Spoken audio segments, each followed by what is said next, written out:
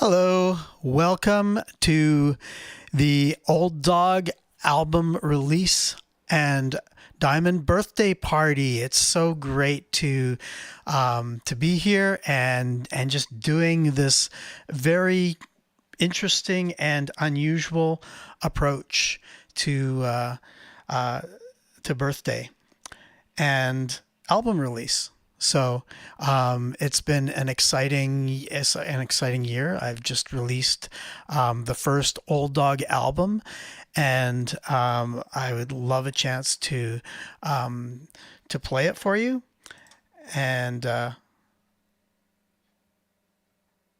just share some of the things that I've been about and that I've been working on.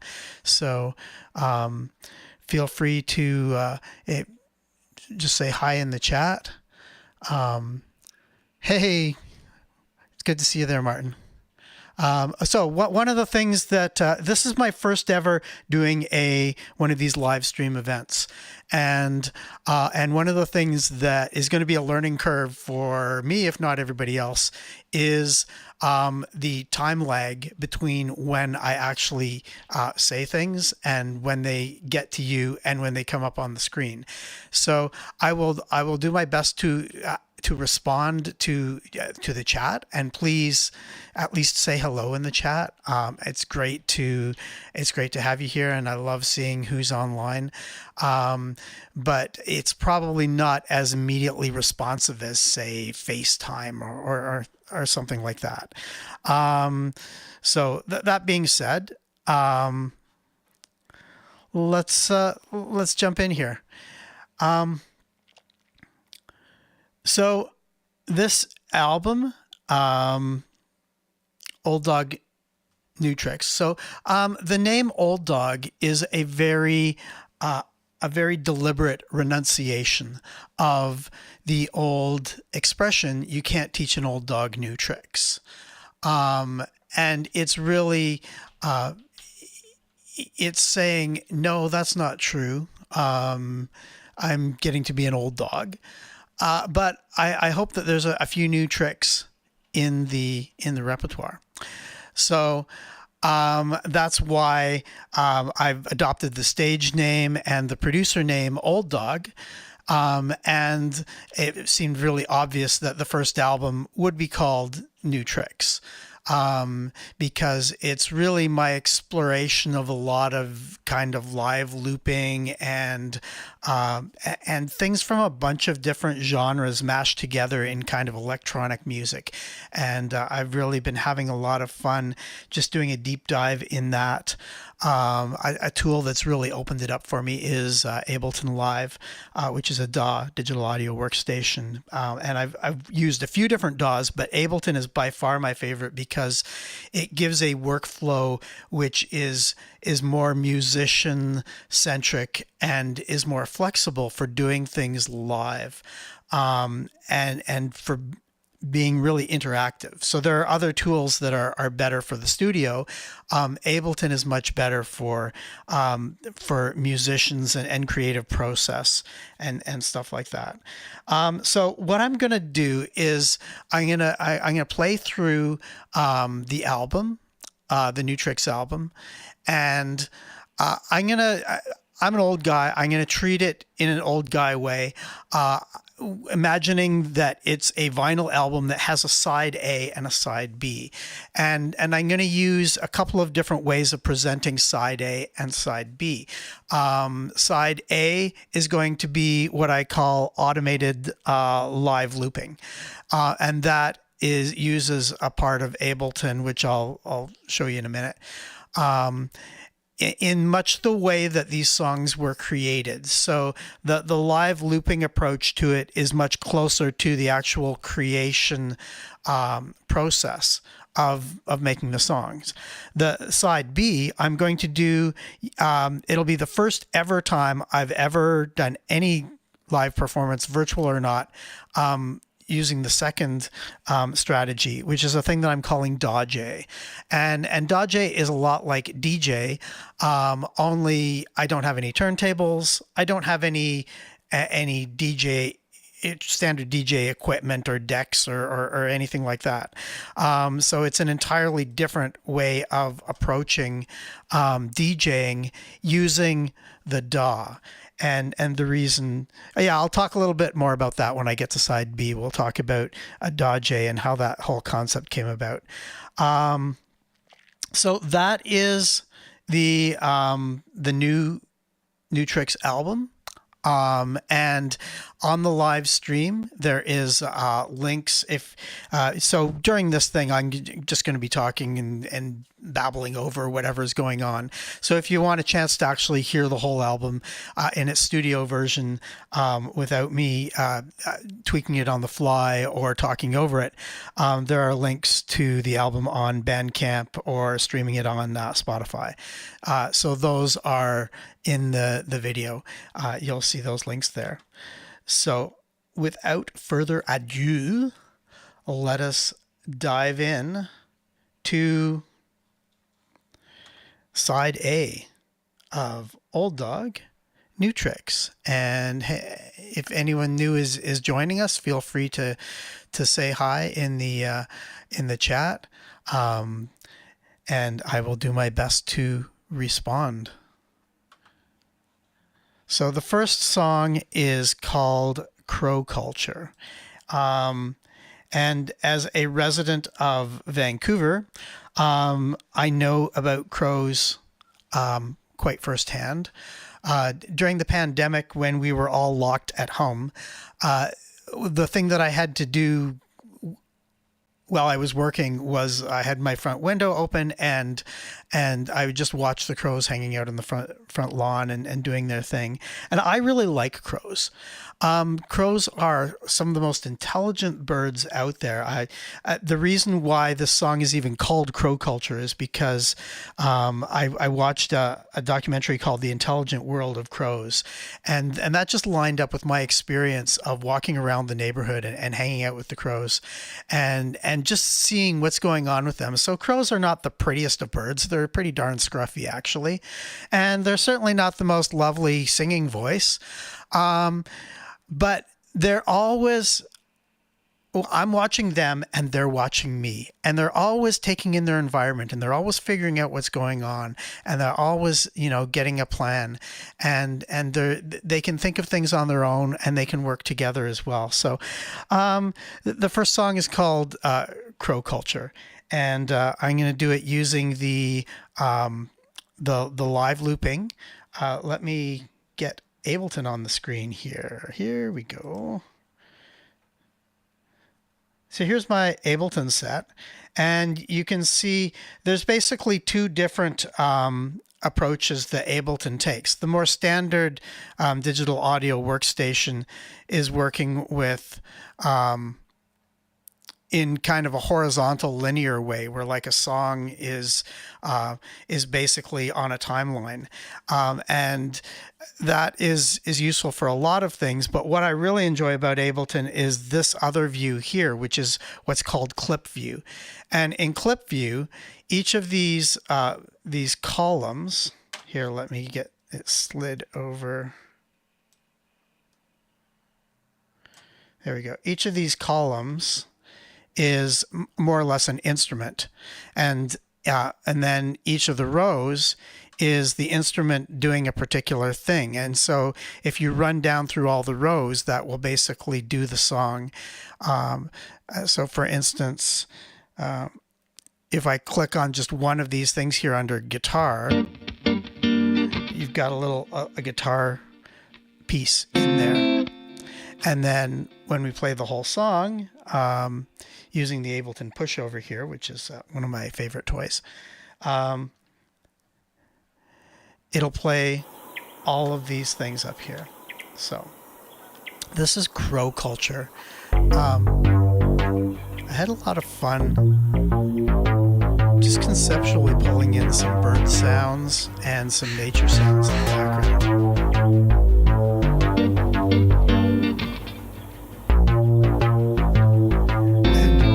One of the things that I'm doing right now is, as I'm doing this live looping, is I can actually adjust some of these things on the fly.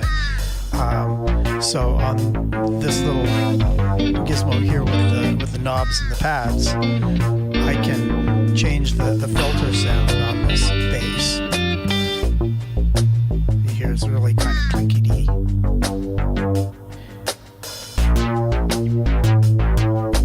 And that allows me to dynamically play the effects in a live situation. Now, obviously, the studio version isn't going to be like that, but that's basically some of the fun that we can have here. Another thing that I really enjoy is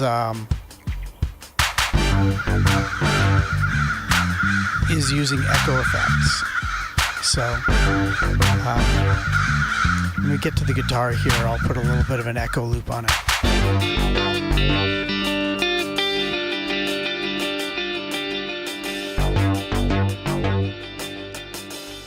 And I can hang that.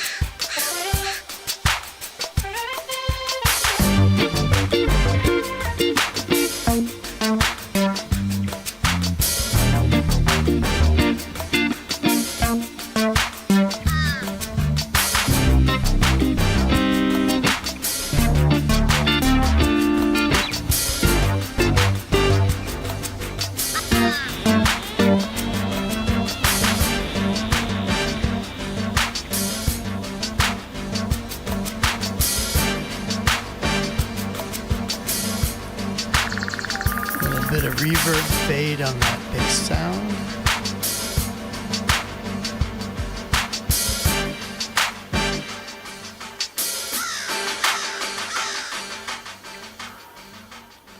All right, so that was Crow Culture, my little homage to my black feathered neighbors in the neighborhood here. So the next song is called Liquidity, and it is a song that uses basically a sample set with some vocal samples that that I put together. So you can see on the screen here, let me get it to the right place. You can see down here, these are the vocal samples, and I can trigger them on my pad here. This one here I call Snow White because it reminds me of Shrek when Snow White explodes the sparrows. So I've got samples like that. I've got yeah, I don't even think I used that one in the song. I definitely use this one. That's a nice little vocal run, and it gets used quite a bit. And then, so it's a human voice, but it really kind of plays like a keyboard. And then a little bit of Blind Boys of Alabama here. Oh, those guys are tight. Okay, so let's get on with it. This is Liquidity, featuring my little vocal sample sound set there.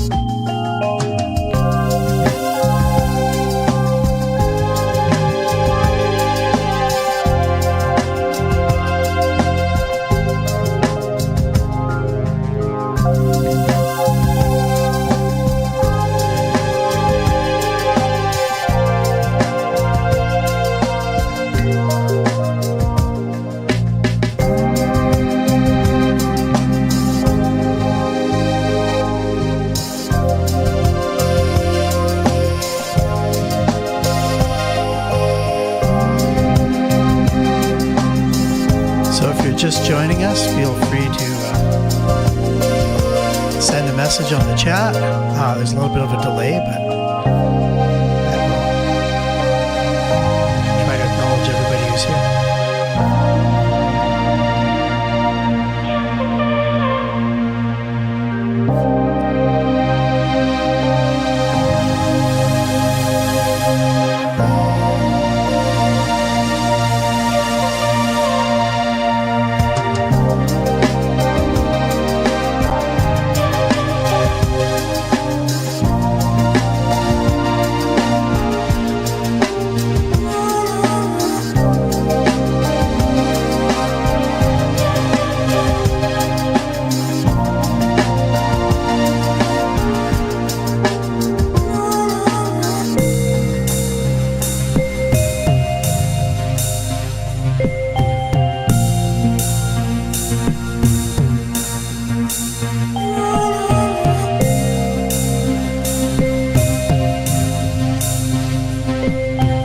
Sandra. Thanks for joining us.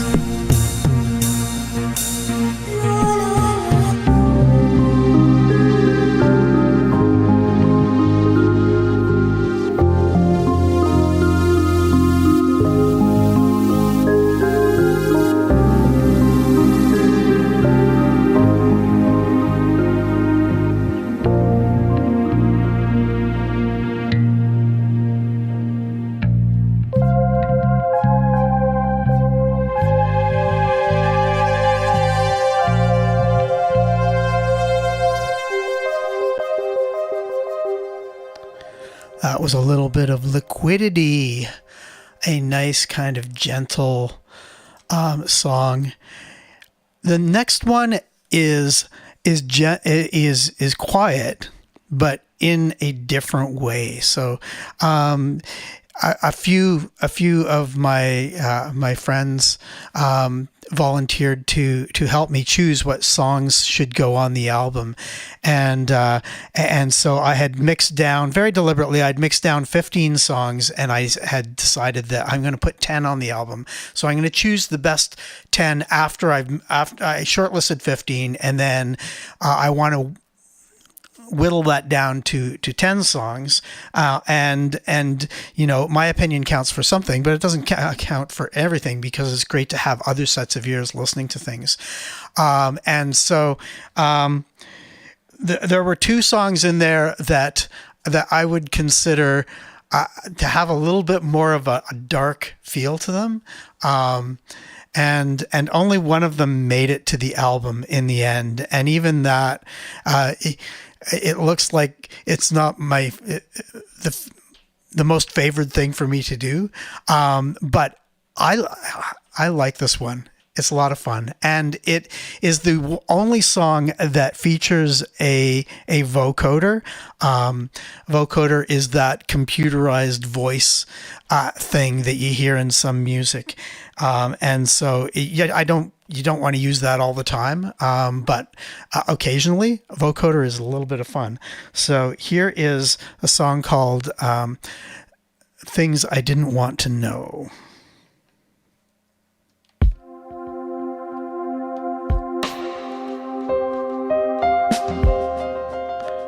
And I love long, flowy pianos.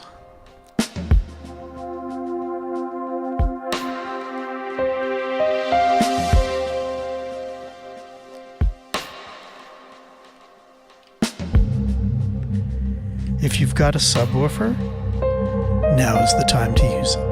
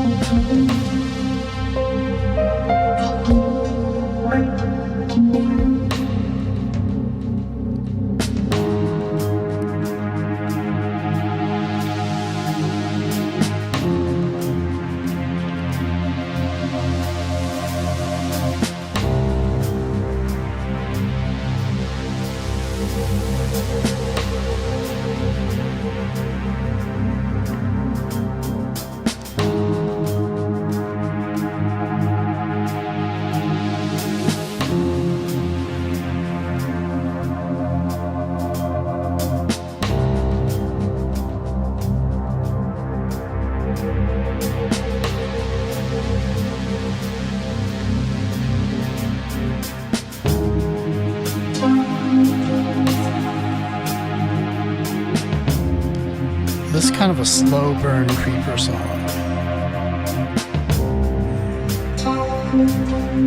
It doesn't clip along quickly, but it just establishes an atmosphere.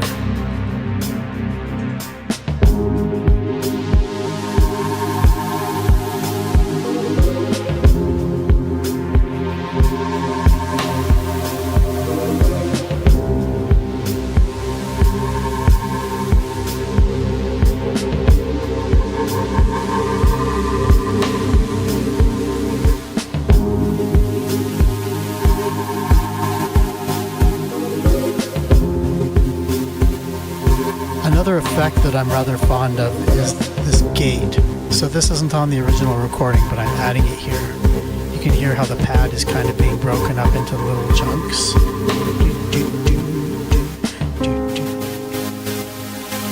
Yeah, there's the gate. Here's what the regular song is like. Then if I open the filter and add gate to it.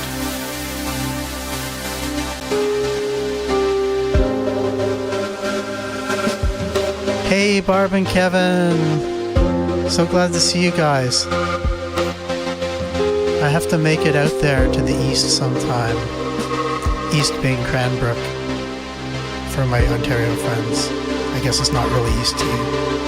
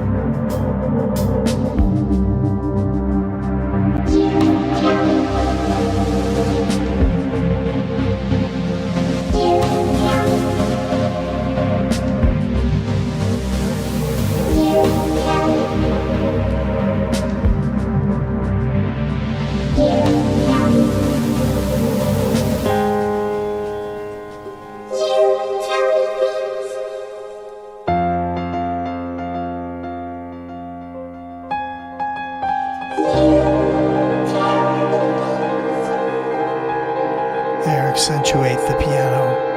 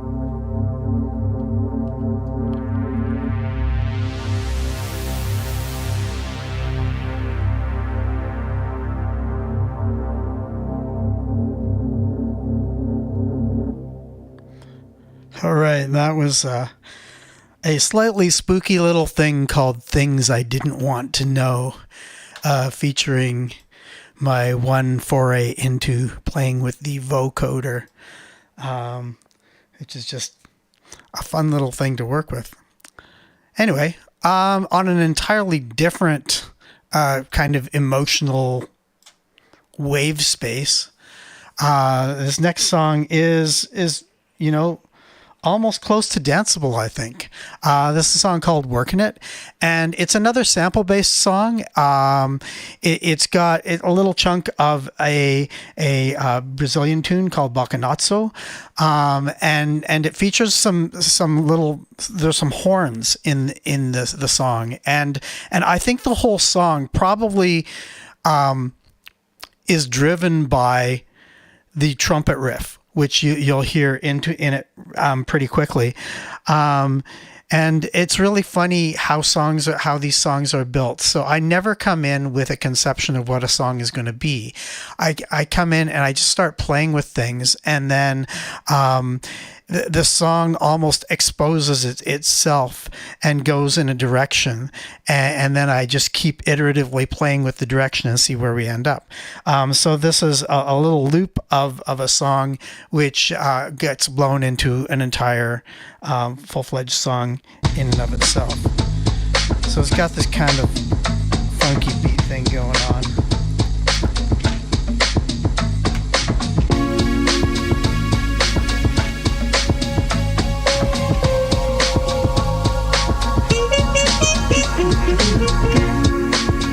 That thing, that little trumpet riff is probably pretty much the heart of this whole song, and everything got built on it.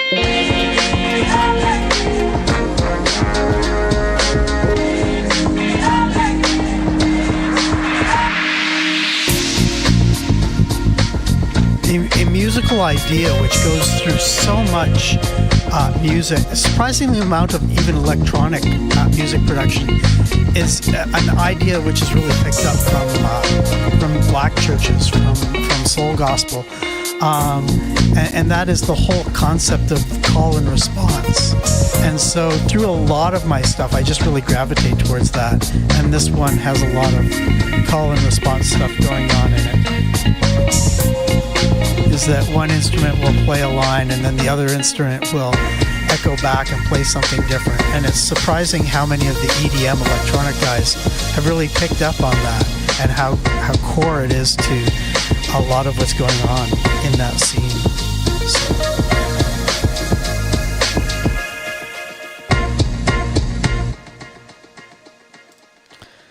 So that was Workin' It. And now the last song from side A. This is another sample set that I built for this one. And let's see if I can show it to you. Okay. And this is a lot of fun to do, just live looping performance, because I can actually play the sounds.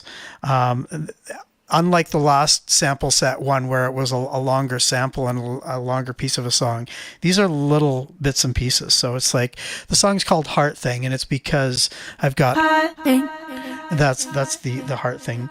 But then there's another, I don't even know what this word originally was, but it comes through as almost like a percussive.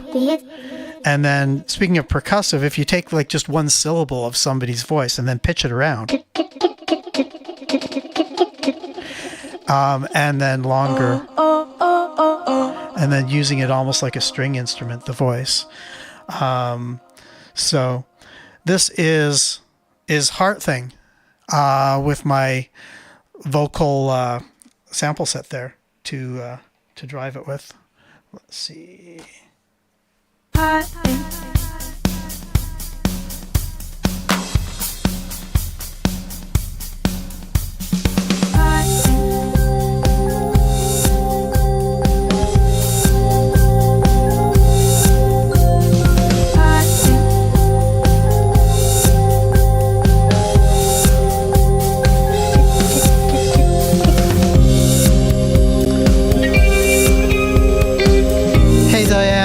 Glad you could join us. Thank you for the happy birthday wishes, and I'm glad to see you here.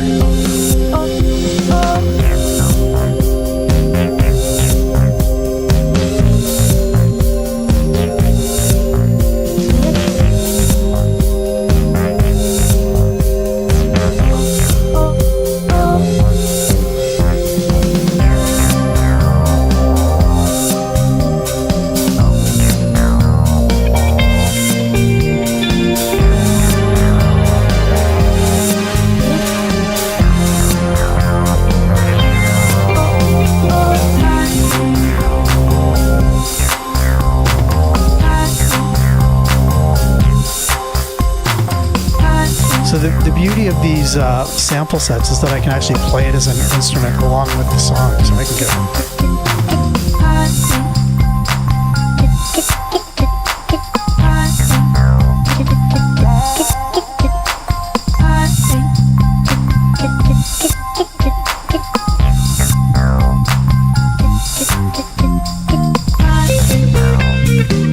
And do like pseudo scratch like the DJs.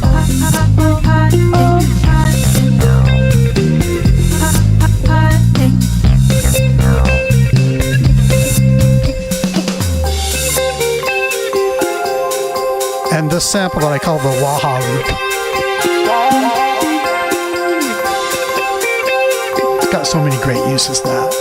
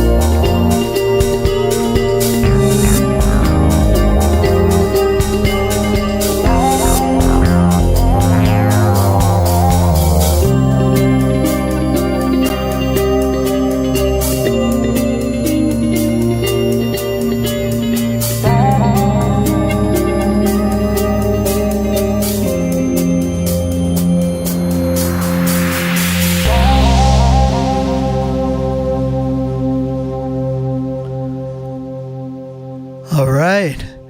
Well, that is the end of side A. So for those of you who weren't here at the very beginning, I've kind of divided the thing into side A and side B because as an old dog, I remember when we had vinyl records that had two sides. So that is side A, and the approach for side A was to do like automated live looping, and for side B, I'm going to introduce a whole other approach to playing it, which is called Dodge, and is more like what DJs are doing, only I kind of reverse engineered the DJ functionality with my DAW, with digital audio workstation. So let's pull up the DAW set.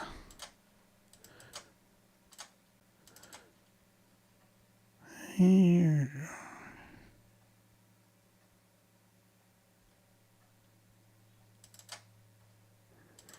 There we go, side B. You can't see what I'm doing. You've got the birthday candles there. Here.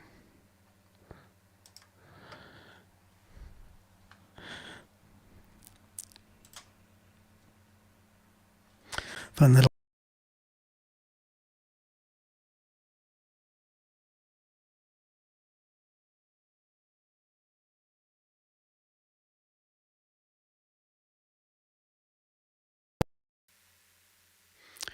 Okay.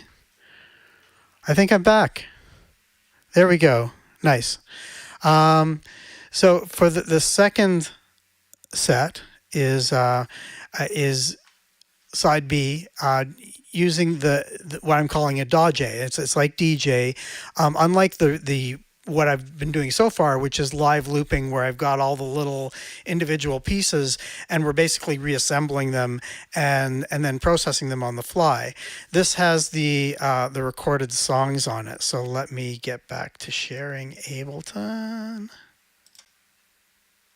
Here we go. So you can see on here we have the songs. Each of these is one of the songs, and it looks like, if you've ever seen like the DJ decks, what they've got there. And then what I've basically done is taken the recorded song from the album, and then I can process it using a number of different kind of processing ideas. As I go along with it. So eventually, and really, the DAW J is, it was an afterthought to use it on my own songs. Mostly I'm playing with it with actually putting together basically DAW J DJ sets with other people's stuff, and that's kind of how I'm learning the musical language of it. A lot of electronic music, really what it's used for is it's used by DJs. So I figured if I understood what the DJs were doing and what they were going for, that it would actually help me write better electronic music that works within that genre. So here's another song that was based on a sample set. Actually, the whole thing is called Take This Call. And I created this sample set that had a phone in it. And I mean like an old school phone. I mean, dials and a real ringer bell. And that really became the basis of it. So you'll pick that out pretty quickly.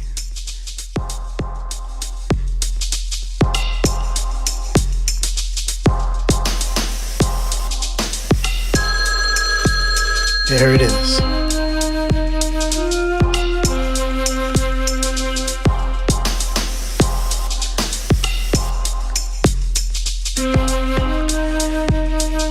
Shout out to Margaret and Brad, and Niall is there too. Hi everybody. So excited to hear from you guys.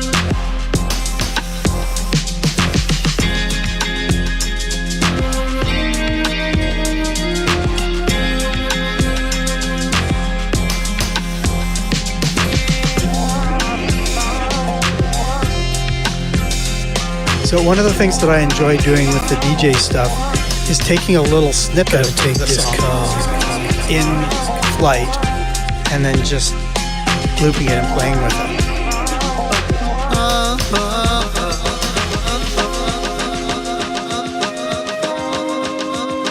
So I take that and I have it saved basically in a buffer, and it's still there. So I can pull that thing back from the DID until I actually decay it out, because I automated it. So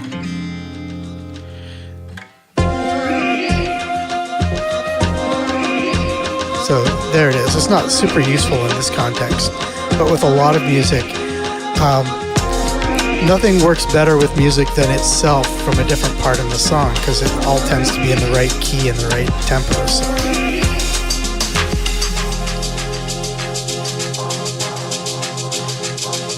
So thereby looping a little bit of it there, just got to give it a different texture and a different feeling than the original studio one. And I have so much fun with this Dodge thing because sometimes it works and sometimes it doesn't, and that's the danger, the danger and the draw of live performance, right? Is that it could go completely wrong, and then the art is in how to recover from that, or you can just get a wonderful accident which works brilliantly. So eventually, I expect I'll do some Dodge sets on live streaming with other people's songs. Probably not on YouTube, because YouTube has an extremely aggressive copyright algorithm, and they will pull you down mid-flight if somebody's unhappy with you playing their song. Oh well, it is what it is.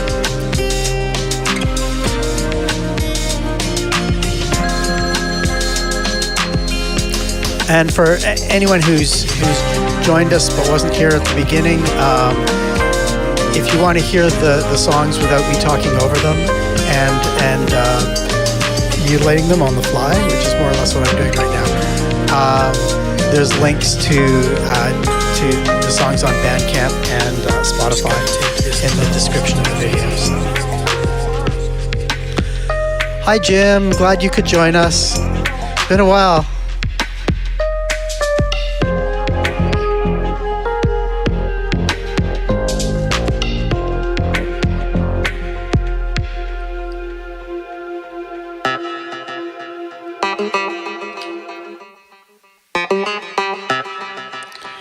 The dangerous part of taking a loop like that and looping it between the songs is that if the tempo changes, then it pitches up your loop, which sometimes can be cool, but mostly sounds ridiculous. So that's a little bit of what happened at the beginning there. Laboratory experiments. So this song, Xantonics, I had a lot of, I like it. I like the groove of it. But the idea of using old documentary audio in it was kind of pasted on it near the end. As I wanted something to pull it out.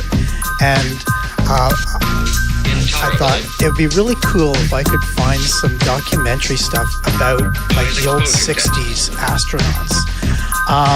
And lo and behold, the wonder of YouTube, there's a little bit of everything out there. I found this documentary, I think from late 60s, where they're doing these scientific tests on astronauts to see if they can survive being in space. So a lot of the stuff that's in the background here is just little snippets from that documentary. So I know I've ruined it now by talking over it, but you can go and check it out later. It was a lot of fun to do.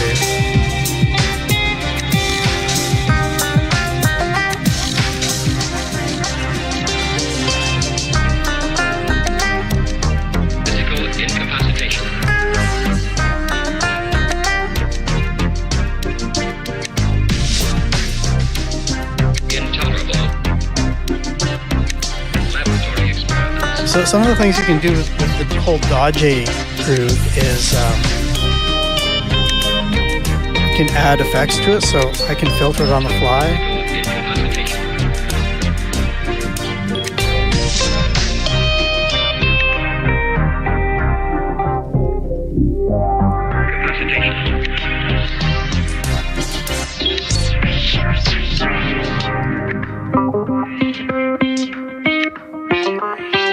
Then I can loop it.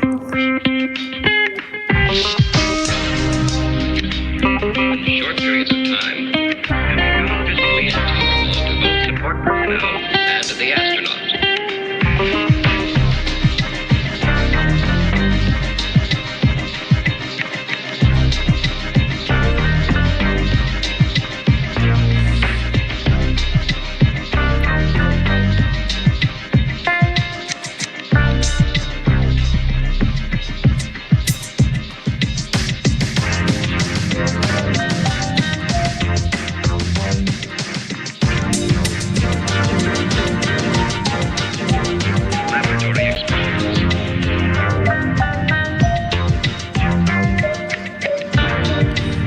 You probably can't see it that well, but this little strip on the bottom of this is actually homemade by my son Luke. I told him I wished I had something that had 2 crossfaders on it, because nobody really builds that other than getting like a full DJ deck, which still only has 1 crossfader. And he said, I think I can build one of those. And so he designed it, printed it on his 3D printer, put an Arduino chip in it, programmed it to receive MIDI signals. It's based on potentiometers, and it's a wonderful, brilliant thing. I keep telling him he should market this because it's, you know, if I want it, I'm sure somebody else does too. But anyway, that's a complete aside. In laboratory experiments.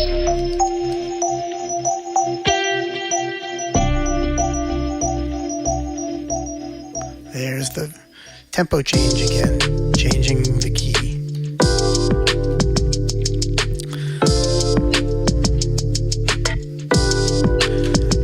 This tune is called Top Down Sunday Driving, and it wasn't always called that. This is actually the first song that I released as a YouTube live looping video. And so if you go to my YouTube channel, it's there called Metro Boomin'. But 5 out of the 10 tracks that are on this album have changed their names at least once. So that is that's just what's going on here. It's when you're creating, it's a really interesting task trying to name instrumental tracks, because you have to figure out, you know, if something like Heart Thing, where there was like a voice saying Heart Thing, that one's pretty obvious. But when you have stuff that has no actual lyrical content, what is the story that's being told? That's what you have to try and identify when naming the song. So sometimes I change my mind and have like a working title and it goes an entirely different way, and then we change the name. So.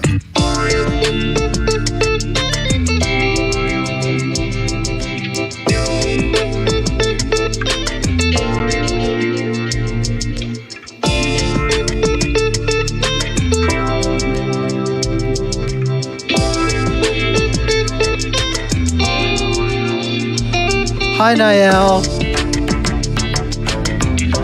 I'm glad you remember me. I think you were like not even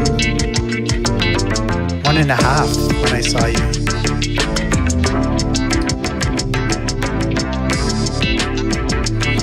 Niall is my sister's granddaughter.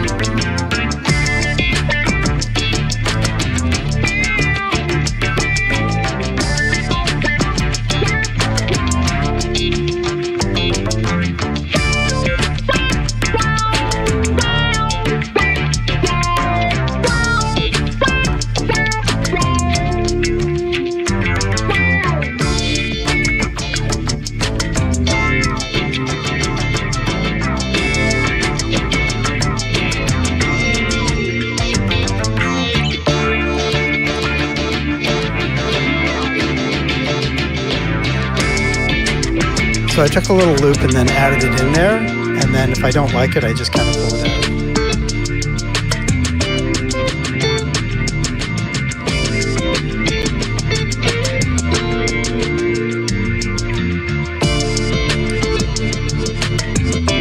Yeah, that one didn't work.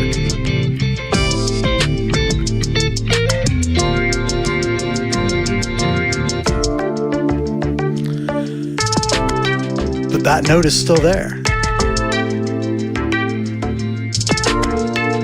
Can bring it back from the dead.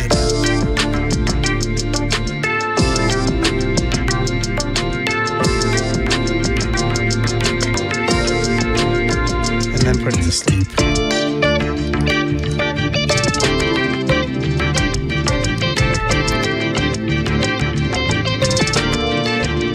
Remixing other people's songs is a lot of fun. Remixing your own song just feels a little bit weird. But I guess I just need to explore that a little bit more.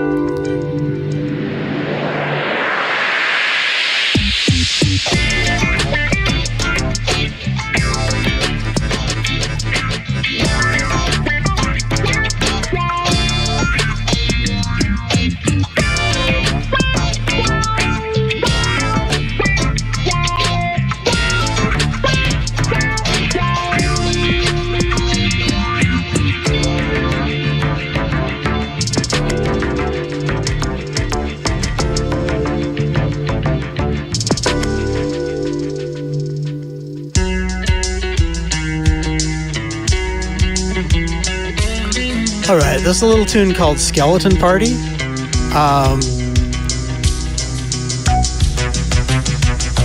Just because, like many songs, I named it after it was largely completed. And I thought that it just sounded like skeletons dancing. It's got kind of a jangly, bony thing going on. It's not dark and spooky. It's just like fun skeletons. It's like those laughing Halloween guys.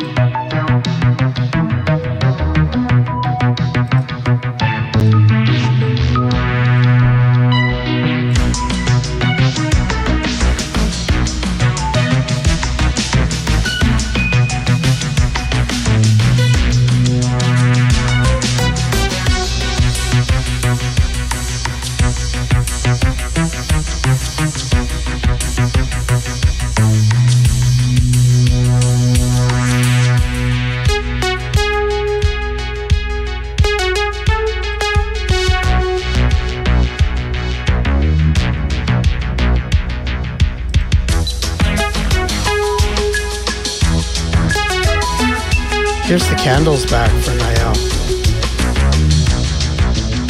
I'm glad you like my candles. You know, each one of these is worth 10 years. 10 years per candle, because I didn't want to create a fire hazard with the cake.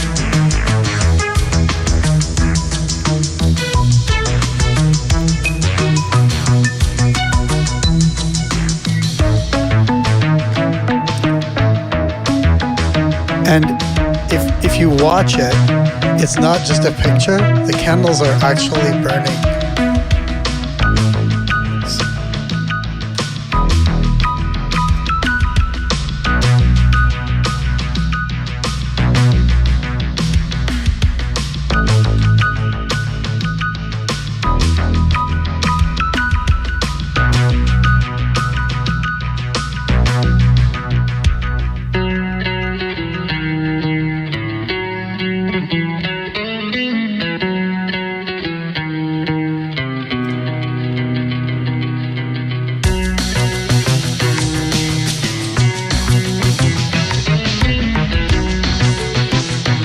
Here comes the sleepy dog from the beginning.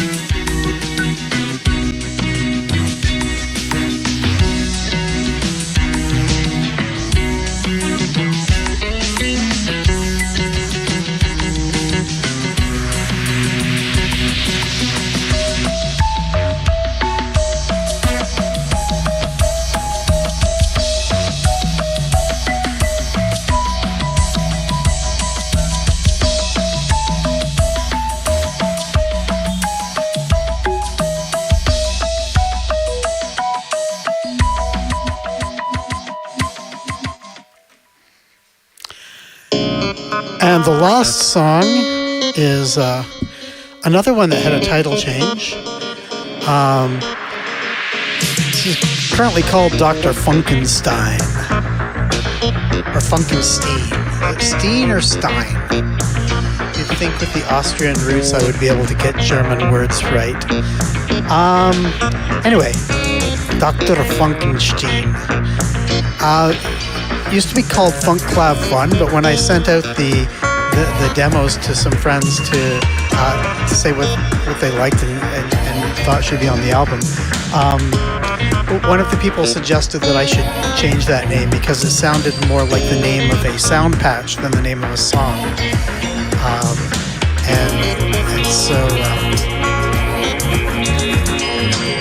that was, I replied back, yeah, I see what you're saying. Do you have any suggestions? And he came back with DV Funkenstein, I guess because of my initials, but I just changed it to Dr. Funkenstein because I liked it. So I don't know if Kevin Rogers is on the call. Thanks for help with naming the song. It is much better and plays better on Spotify.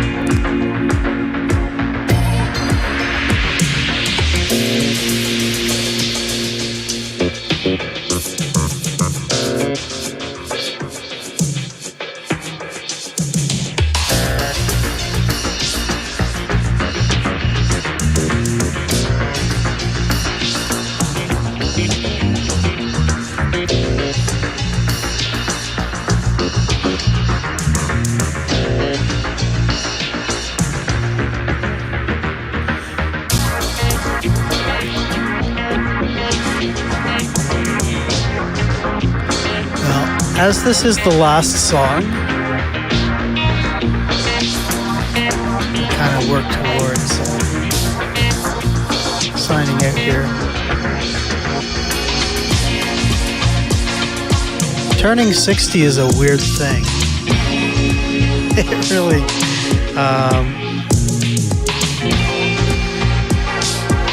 if I look 40 years ago, the concept of turning 60, I didn't even have a grid for, because I really thought that that we would never get there. Growing up, when I grew up in the middle of the Cold War and under the permanent cloud of mutually assured destruction, it never occurred to us that, you know, the 2020s was going to be a real thing.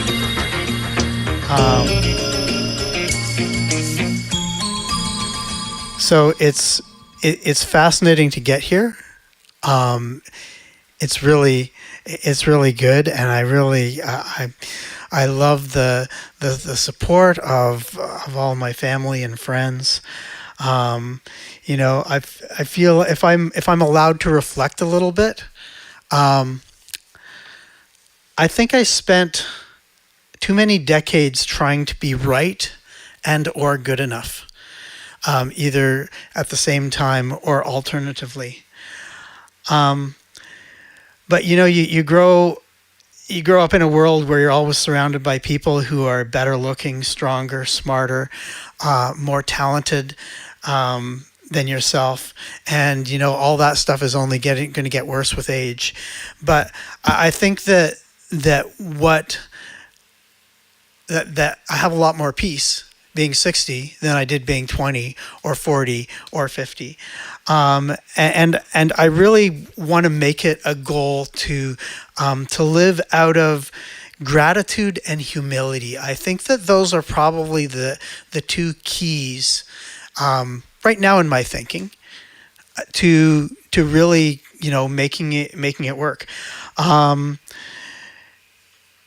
know, the whole Oldog concept, for those who weren't here at the beginning, is a renunciation of the saying that you can't teach an old dog new tricks. And I really want to be committed to lifelong learning, lifelong growing.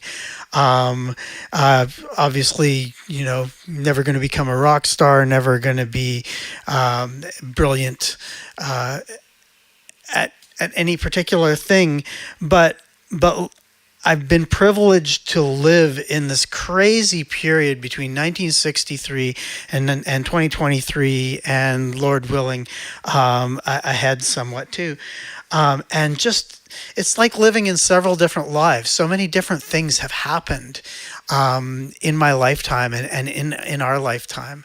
And it's, you know, it just, I feel privileged to have lived in several different times.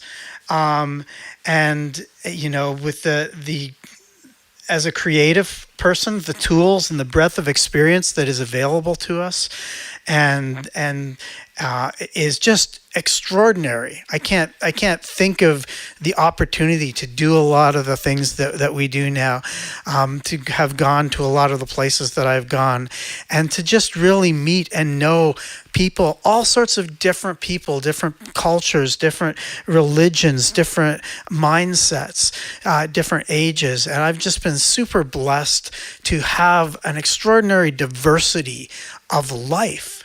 And that's that. I just respond to that with gratitude and humility, you know. And if I were to leave you with one quick proverb, thank you, Diane, for talking about being a wise old man. So here's my thought. A wise elder is not someone who has all the answers, but someone who has learned to hear the questions. So with that, I thank you all for being here, for your birthday wishes, and for being my friend and family throughout the years and supporting me. And I look forward, God willing, to living a few more lifetimes before it's over here, because I think our children are inheriting a world, and grandchildren are inheriting a world that's at least as interesting as the one that we lived in. And, you know, I have no idea even what tools they're going to need to survive that. But I just bless them along the way. So thanks, everybody. It's been great. Thank you for coming. This has been a lot of fun. And I will see you soon. Bye-bye.